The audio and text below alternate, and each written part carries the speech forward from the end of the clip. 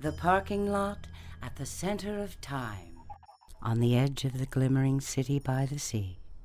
In the nearest now, the poet, Professor Toylit, maker of time machines, made his inquiry. Driven mad by the persistent stupidity of the world, Professor Toylit suddenly quit the species in a fit of disgust. You just can't be human in America. The cognitive dissonance is too frickin' stupid. Oh, God! Oh. That's better. Oh!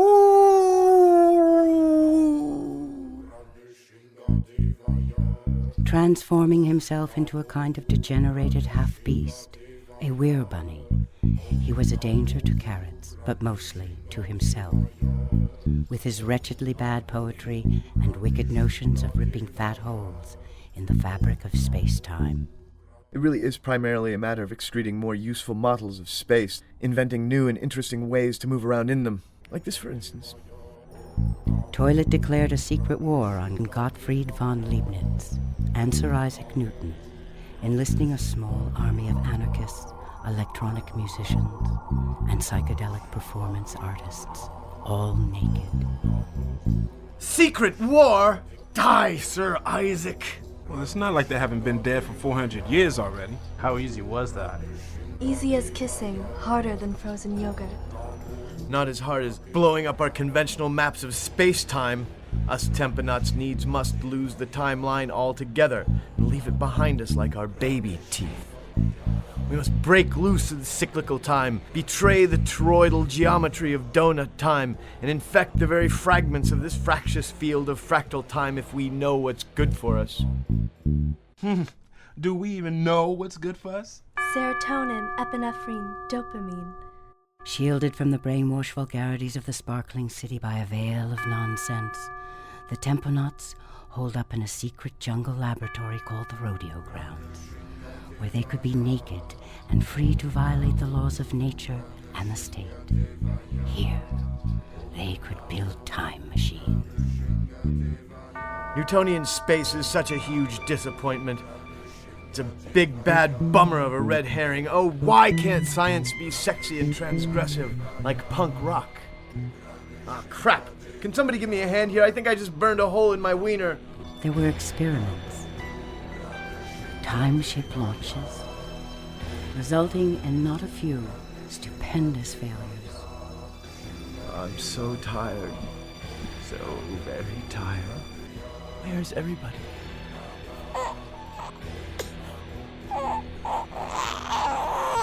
Bam, mutate. Bing. Mutate.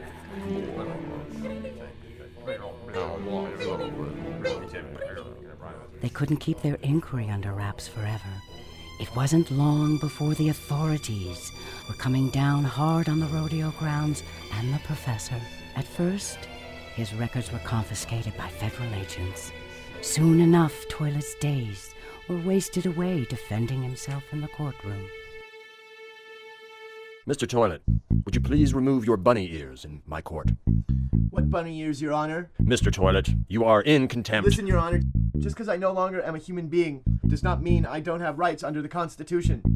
Does it? His nights were spent partying away his trouble. And I says, hey, Your Honor, why don't you stick your dumb little hammer up your fat Nazi butt-ola?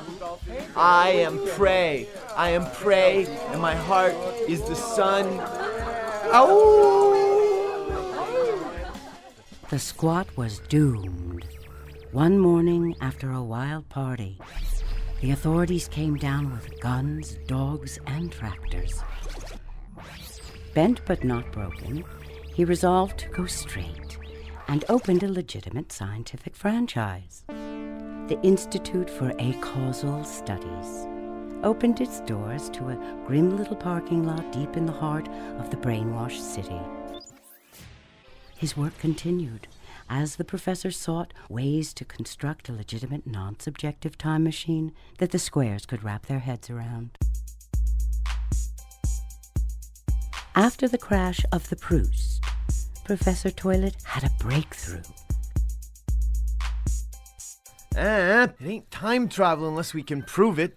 And can we prove it unless we change stuff? But hey man, I changed, but that's gotta prove for something, right? Sakes. Sometimes I think you got some kind of mental blockage around success or something.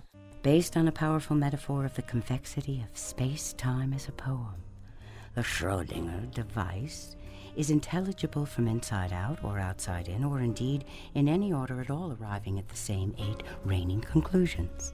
If it looks like a 7th dimensional dream catcher, that's because it is.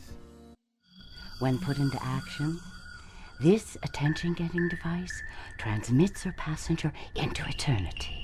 But the real action is at ground zero. A shockwave left by the sudden absence of the Schrödinger in the fabric of space-time reveals time ships. Dozens, then hundreds, then millions of time ships, alien and domestic, from all possible times and places in the unknowable universe, converge around the singularity. In a moment, in the twinkling of an eye, this obscure parking lot becomes the most popular space-time tourist attraction in the universe.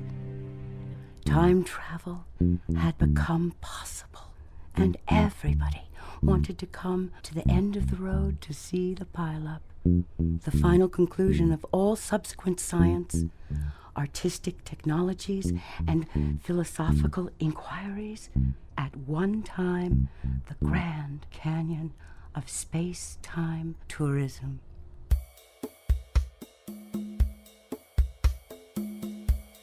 A dark, ancient ship that has always been there reveals itself, disembarking the androgynous cyborg pirates from the future that have come to collect this treasure for their queen. This singularity is precious to all who covet power, not unlike the military that has suddenly become aware of this massive philosophical disruption as thousands of existential time criminals leap from their time ships to seek to assassinate their grandparents, to join the swelling ranks of the unborn. Treasure.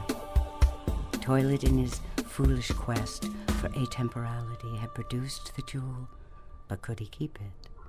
The pirates, in their veil of dark, impossible complexity, had found this treasure, but could they take it from him? Time ships keep arriving with new information. All of the entire future at once is spreading like burning lava, gushing out of the singularity in the little parking lot at the center of time.